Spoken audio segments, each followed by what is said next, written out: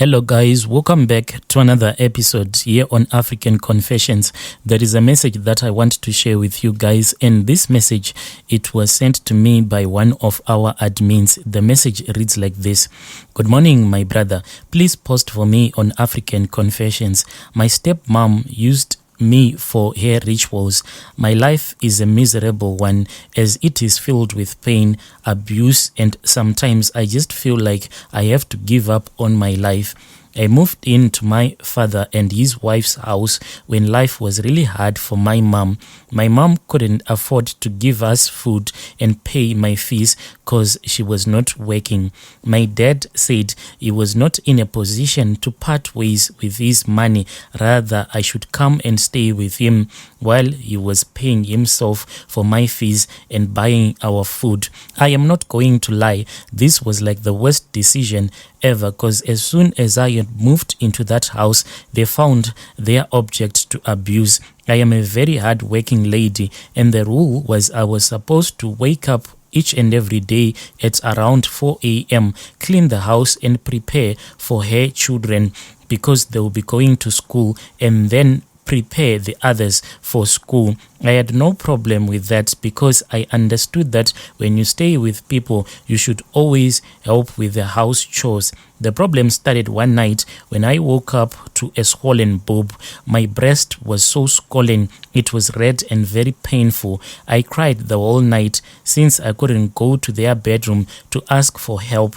We never had a mother-daughter relationship because she always hated me, but I would call her mom always out of respect. The following morning, I told her and she just said, don't worry, I don't think that it is anything serious. But I was really scared, thinking that maybe it was breast cancer or something. Then she said, when you are growing up, the hormones sometimes can cause such swelling.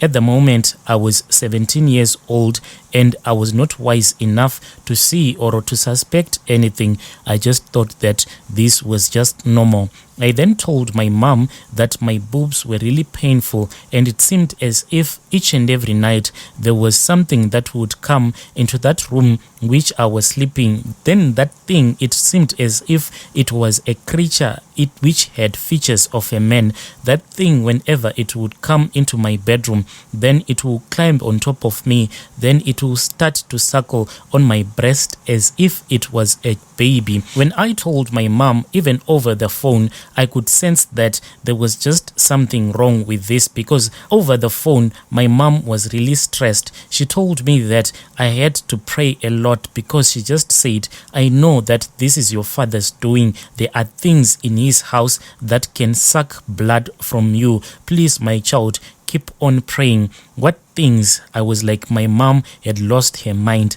Life moved on and she continued to ill-treat me. She would tell my dad that I did such and such a thing, and in the middle of the night, my father would shout out my name. One time I would wake up to being beaten with that leather stick made for taxi drivers. My back is full of dark marks because my father used to beat me a lot. My boobs started swelling again and I had to go to the clinic. When I went to the clinic, I got examined and the doctor told me to relax because there was nothing.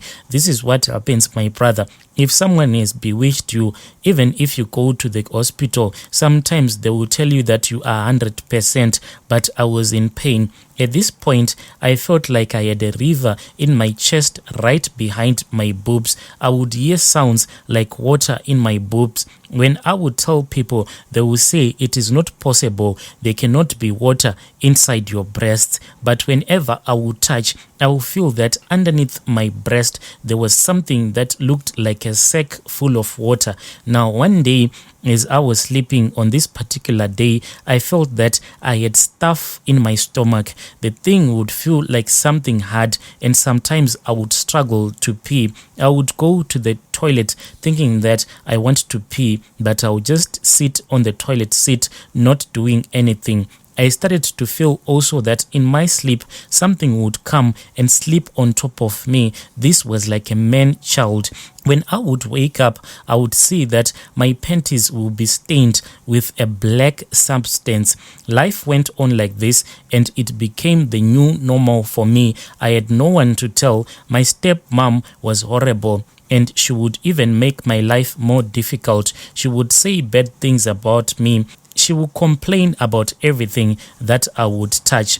I went from being an intelligent child to a girl who would sit holding her chin, pulling her hair from my head, and my grades, they slowly deteriorated. One day I was sleeping and there was no one at home. I had been praying just as my mom had been telling me to do. I then heard sounds coming from my stepmom's room, and that sound, it kept on bothering me because I was just trying to sleep. I walked straight to the room, and as I opened the door, I just froze because of the things that I had seen.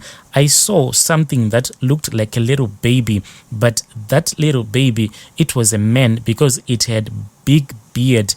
That man was very short, and as I looked at that small baby, the baby turned around and smiled with that evil smile and started coming towards my direction.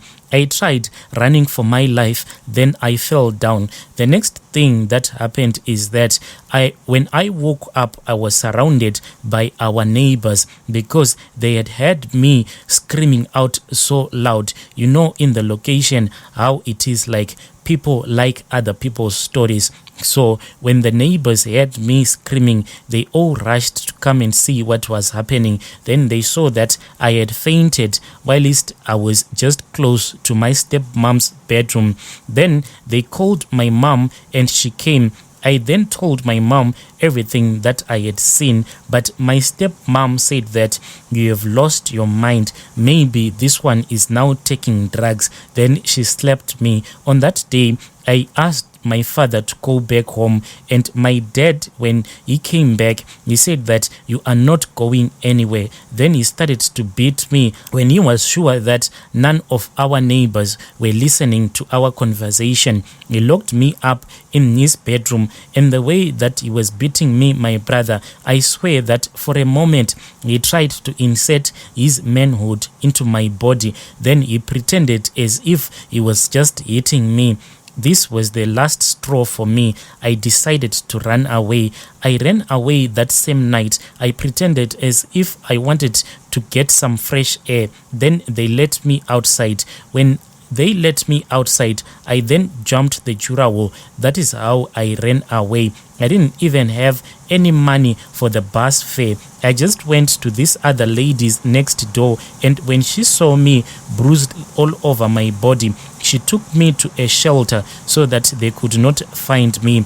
That is how I met up with a pastor who felt compassionate and wanted to help me. I then had to move to his house. I was happy that I had moved away from my parents, and I had a lot of war to fight because of the things that they had done to me. Even today, my brother, it is very difficult sometimes for me to fall asleep because when I am just about to sleep, sometimes I can see an image. This image, it will just appear in front of me.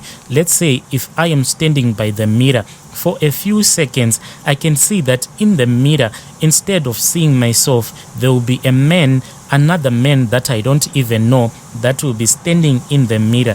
And this thing, it really scares me so much that sometimes I feel as if I am losing my mind.